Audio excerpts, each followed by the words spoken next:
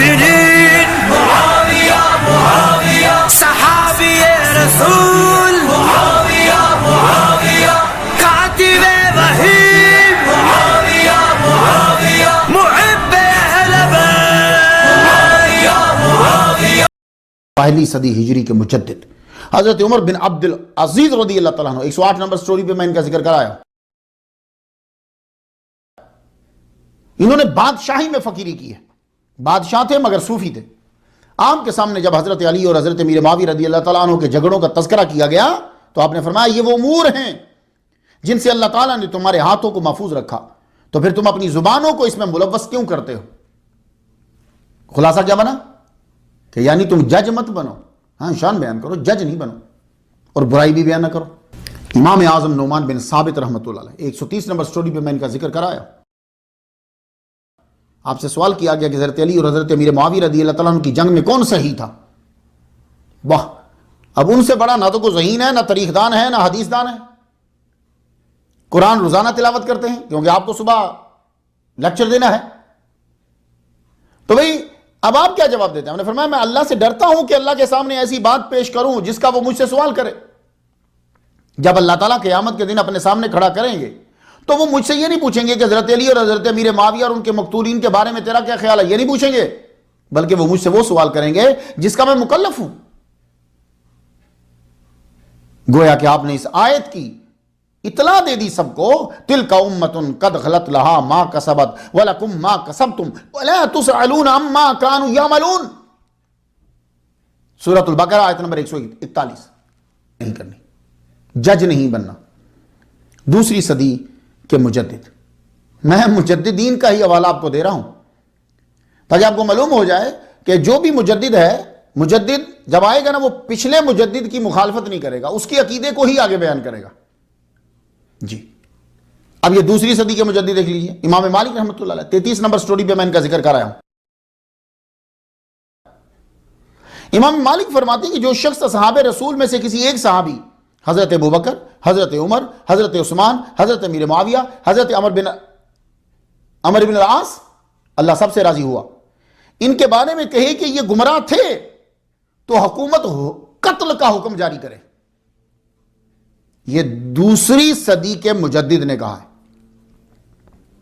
تیسری صدی کے مجدد امام احمد بن حنبل 31 نمبر سٹوری پہ میں ان کا ذکر کرایا ہوں. کتاب ہے مجمل الرغائب فی مال امام احمد بن حنبل من المناقب. یہ کتاب لکھی ہے امام ذکی الدین عبداللہ بن محمد الخزرجی الحنبلی. 790 قمری سال پہلے یہ کتاب لکھی، 2019 کے حساب میں حساب لگائیں تو یہ الباب السابع، ٹھیک ہے، فی ذکر اعتقادہ فی العصول، یہ 7واں باب ہے. میں نے آپ کو کتاب بتا دی، رائٹر بتا دیا، باب بھی بتا دی. باب اس لیے بتاتا ہوں، سوا نہیں بتاتا، وہ باب جلدی مل جاتا ہے. تو الباب السابع فی ذکر اعتقادہ فی العصول، دیکھا آپ نے کہ اعتقاد کی چیپٹر میں، عقیدے کے چیپٹر میں حضرت امیر معاویہ رضی اللہ تعالیٰ عنہ کا ذکر کرتے تھے بڑے. تو سوا اس کا 133. آپ سے حضرت علی اور حضرت امیر معاویہ رضی اللہ تعالیٰ عنہ کی رائے پوچھی تو فرمایا ما اقول فیہا الا الحسنى رحمہم اللہ اجمعین. بھائی میں ان کے بارے میں بھلائی کے علاوہ کچھ نہیں کہہ سکتا، اللہ تعالیٰ ان سب کے اوپر رحمت نازل فرمائے. یہاں بھی عقیدے میں حضرت امیر معاویہ کا ذکر انہوں نے کیا، عقیدے کے اندر. دیکھا آپ نے کچھ لوگ یہ کہہ دیں گے حضرت امیر معاویہ کا ذکر عقیدے کی کتابوں میں نہیں ہے، یہ عقیدے کے اندر بیان کیا انہوں نے. ویسے امام شافعی رحمہ اللہ، یہ بھی تو آخر مجدد ہے نا بھائی، تو اس مجدد نے بھی 28 نمبر سٹوری پہ میں ان کا ذکر کرایا ہوں. اب اس مجدد نے کیا کہا؟ شرح المواقف میر سید شریف جرجانی رحمۃ اللہ علیہ کی ہے، 8ویں جلد ہے، صفحہ 374 ہے. امام شافعی رحمۃ اللہ کا قول نقل کرتے ہیں، میں عربی سے ترجمہ کرتا ہوں کہ جمل و صفین میں جو خون بہایا گیا اللہ نے ہمارے ہاتھوں کو محفوظ رکھا، لہذا ہمیں چاہیے کہ اپنی زبانوں کو بھی اس سے پاک رکھیں. تو جب اللہ تعالیٰ نے ہاتھوں کو خون سے محفوظ رکھا ہے تو اپنی زبانیں محفوظ. آج کے دور میں بیٹھ کر تم جج بن جاؤ، وہ غلط ہے یہ غلط ہے، نہیں، خاموش. تو ان کا بھی مقصد جو ہے وہ یہی ہے کہ تم جج نہیں بنو. المواقف کی المقصد السابع، صفحہ اس کا 413 قاضی عبد الرحمن بن احمد رحمۃ اللہ کی ہے، یہ کتاب علم الکلام میں ہے۔ اب دیکھیے کتاب علم الکلام میں ہے اور اس میں لکھا ہوا ہے انہ یجب تعظیم الصحابۃ کلہم والکف عن القدح فیہم، علم الکلام کی کتاب کے اندر۔ اب یہ بھی عقیدہ ہی ہے بھائی، اب یہ نہیں ہے کہ ایک نام لکھا ہو کہ یہ عقیدے کی کتاب ہے تو پھر اس کے نیچے لکھے، نہیں، یہ بھی عقیدہ ہی ہے۔ انہ یجب تعظیم الصحابۃ کلہم والکف عن القدح فیہم، حضرت شاہ ولی اللہ محدث دہلوی رحمۃ اللہ علیہ۔ 113 نمبر سٹوری پہ میں ان کا ذکر کرایا ہوں۔ آپ کی کتاب میں آپ کو حدیث کی سند ملے گی، آپ میرا لیکچر سنیے گا کہ اس کے اندر ہر راوی کے آگے صوفی لکھا ہوا ہے۔ تو انہوں نے اپنی شرفاء کتاب جو ہے خلفاء راشدین پہ جو لکھی ہے ازالۃ الخفاء عن خلافت الخلفاء، اس میں یہ فرماتے ہیں کہ جاننا چاہیے کہ حضرت امیر معاویہ صحاب رسول اور زمرہ صحابہ میں صاحب فضیلت تھے، تم کبھی ان کے حق میں بدگمانی نہ کرنا اور ان کی بدگوئی میں مبتلا نہ ہونا، ورنہ تم حرام کے مرتکب ہوگے۔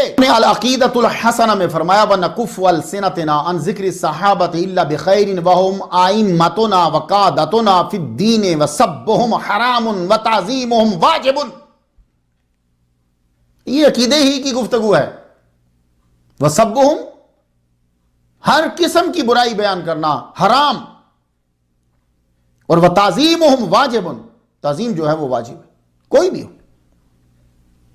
تو کچھ جدید حجت الاسلام نے یہ سمجھا کہ کف لسان کا مطلب ہے کہ حضرت امیر معاویہ کی تعریف ہی نہیں کرنی، تو وہ اس سے لوگوں کو دھوکہ دیتے ہیں، فلاں نے کہا کف لسان کرو، تو کف لسان کا مطلب ہے کہ ان کے خلاف بکواس نہیں کرنی، یہ ہے کف لسان کا مطلب۔ شان بیان کر سکتے ہیں آپ۔ فلسفہ تصوف کا امام الغزالی رحمۃ اللہ علیہ، 107 نمبر سٹوری پہ میں ان کا بیان کرایا ہوں۔ تو جس کو عقائد کے اندر حضرت امیر معاویہ کا نام نہ ملا ہو، وہ 5ویں صدی کے اس مجدد کی کتاب احیاء العلوم پڑھے، انہوں نے اس مسئلے کو کتاب العقائد 7ویں اصل میں بیان کیا ہے۔ لو، اب امام الغزالی نے اس کو بیان ہی اس مسئلے کو عقیدے میں کر دیا۔ یہ فن تصوف پہ بھی اپنی نظیر نہیں رکھتی یہ کتاب۔ حضرت علی اور حضرت امیر معاویہ میں جو اختلاف ہوئے وہ اجتہاد پر مبنی تھے۔ کیا کہا امام الغزالی نے؟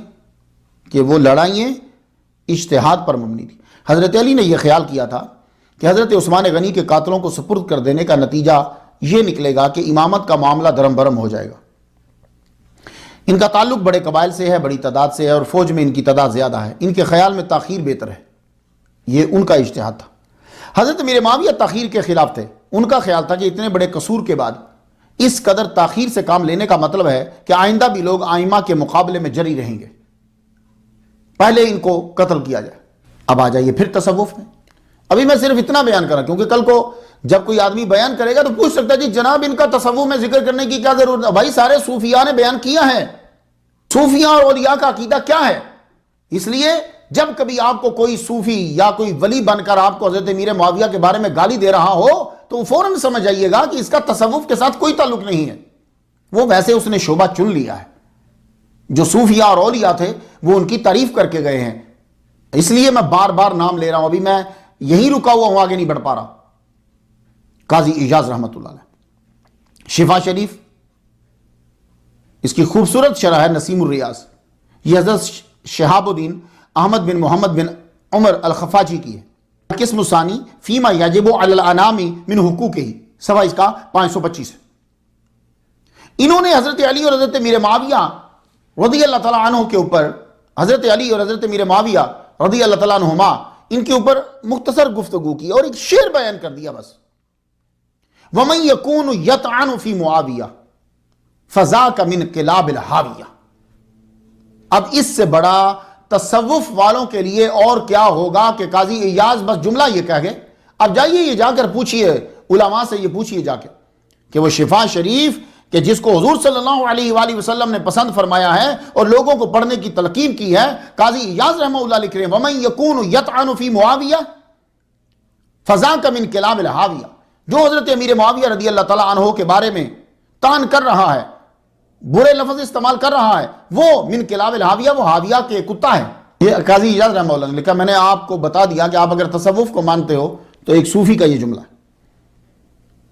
اب آئے سید کی بات بڑی دل پہ لگی. سید کہنے لگا کہ جس حسن نے علی کے بیٹے جس حسن نے معاویہ سے صلح کر لی, ہم اس معاویہ سے جنگ نہیں کر سکتے, اور جس علی کے بیٹے حسین نے یزید سے جنگ کی, ہم اس یزید سے صلح نہیں کر سکتے.